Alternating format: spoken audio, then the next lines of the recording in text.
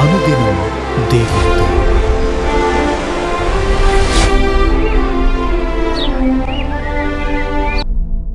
Praise the Lord. అనుదినం దేవునితో అనే కార్యక్రమం చూస్తున్న మీ అందరికీ మన ప్రభువైన రక్షకుడైన యేసుక్రీస్తు ఘనమైన నామములో వందనాలు. ప్రతి మనిషి తన జీవితంలో ఏదో ఒక సమస్యను ఎదుర్కొంటూ ఉంటాడు. అది అనారోగ్యం సమస్య కావచ్చు, లేకపోతే ఆర్థిక సంబంధమైనటువంటి అప్పు సమస్యలు కావచ్చు, బిడ్డల విషయంలో కానీ, బంధువుల విషయంలో కానీ, ఏదో ఒక రకమైన సమస్యలు అకస్మాత్తుగా మనిషి జీవితంలో సంభవించినప్పుడు మనిషి అశాంతికి గురైపోతాడు.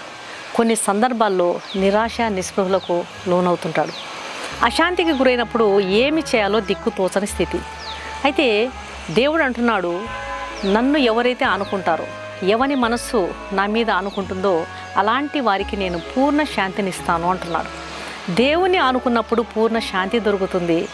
దేవుని మీద మనం ఆనుకొని సంపూర్తిగా ఆయనను ఆశ్రయించినప్పుడు సహాయం మనకు దొరుకుతుంది. ఎలాంటి కష్టం సమస్య మనకు వచ్చినా కూడా విడిపించుటకు సహాయం చేయడానికి ఆయన సమర్థుడు.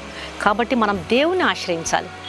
300 సంవత్సరాలకు పూర్వము స్పెయిన్ దేశస్థుడైనటువంటి ఫిలిప్పు హాలండ్ దేశం మీదికి ఎప్పుడు దండెత్తి వచ్చేవాడు.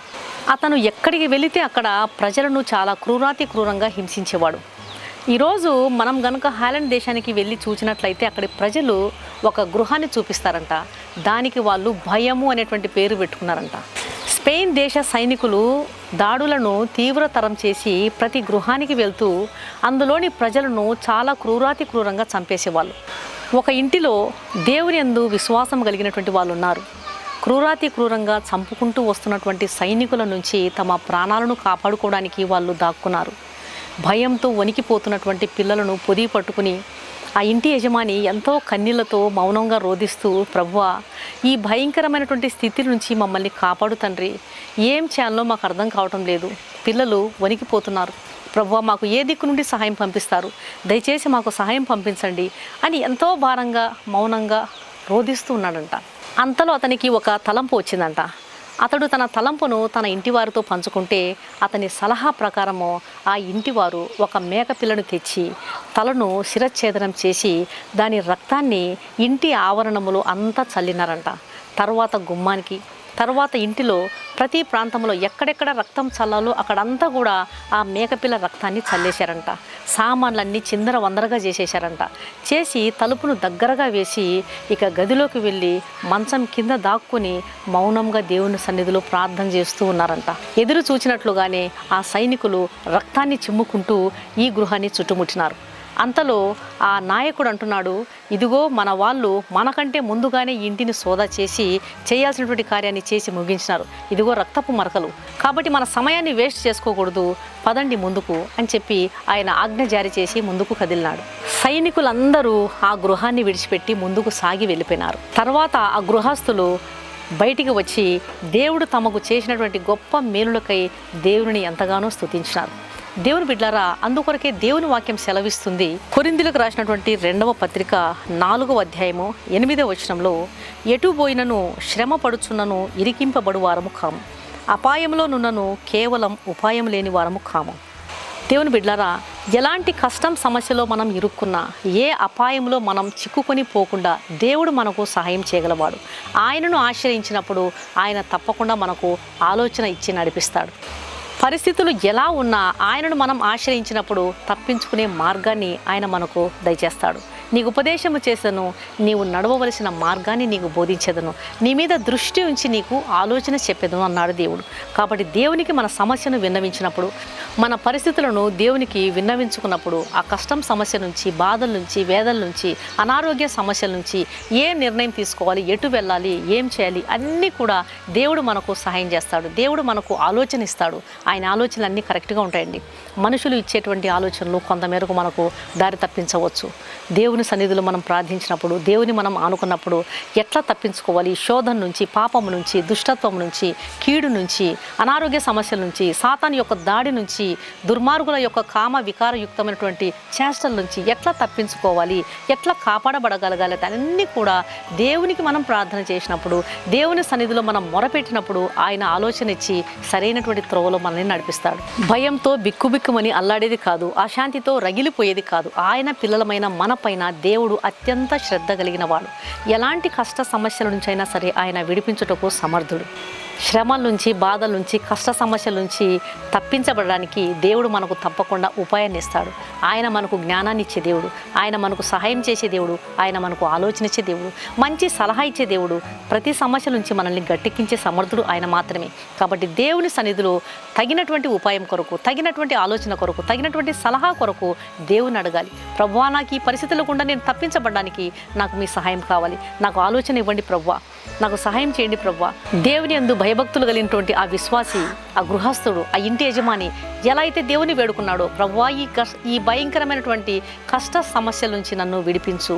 ఎంత భయంకరమైనటువంటి మరణావస్థ నుంచి దేవుడు విడిపించాడు. దేవుడు బిడ్డలారా, ఈరోజు ఈ వాక్యం వింటున్న నీవు ఎలాంటి మరణావస్థలో ఉన్నావో, ఎలాంటి భయంకరమైనటువంటి శోధనలో ఉన్నావో, ఇబ్బందిలో ఉన్నావో, ఆర్థిక సమస్యలు ఇరుక్కుపోయి ఉన్నావో, అశాంతితో రగిలిపోతున్నావో, నిరాశ నిస్పృహలతో బాధపడుతున్నావేమో, కానీ దేవుడు ఈరోజు నీకు చెప్తున్నాడు, అపాయంలో పడుటకు మనం కేవలం ఉపాయం లేని వారం కాము. ఆ ఉపాయాన్ని దేవుని యొద్ద గనక నువ్వు వేడుకున్నట్లయితే తప్పకుండా ప్రభు నీకు సహాయం చేస్తాడు, సలహా ఇస్తాడు, ఉపాయకరమైన మార్గాన్ని ఇస్తాడు, అన్ని విషయములలో నిన్ను విడిపించి జయమిస్తాడు. అట్టి కృప ప్రభు మీకు దయచేయునుగాక. కళ్ళు మూసుకొని ప్రార్థన చేస్తాం.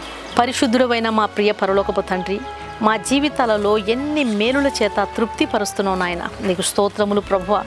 పరిస్థితులు ఎలా ఉన్నా సరే నీవు తోడుండే చాలు నాయన. భయంకరమైనటువంటి బాధించే పరిస్థితుల నుంచి తప్పించే సమర్థుడు నాయన, నీకు స్తోత్రాలు తండ్రి.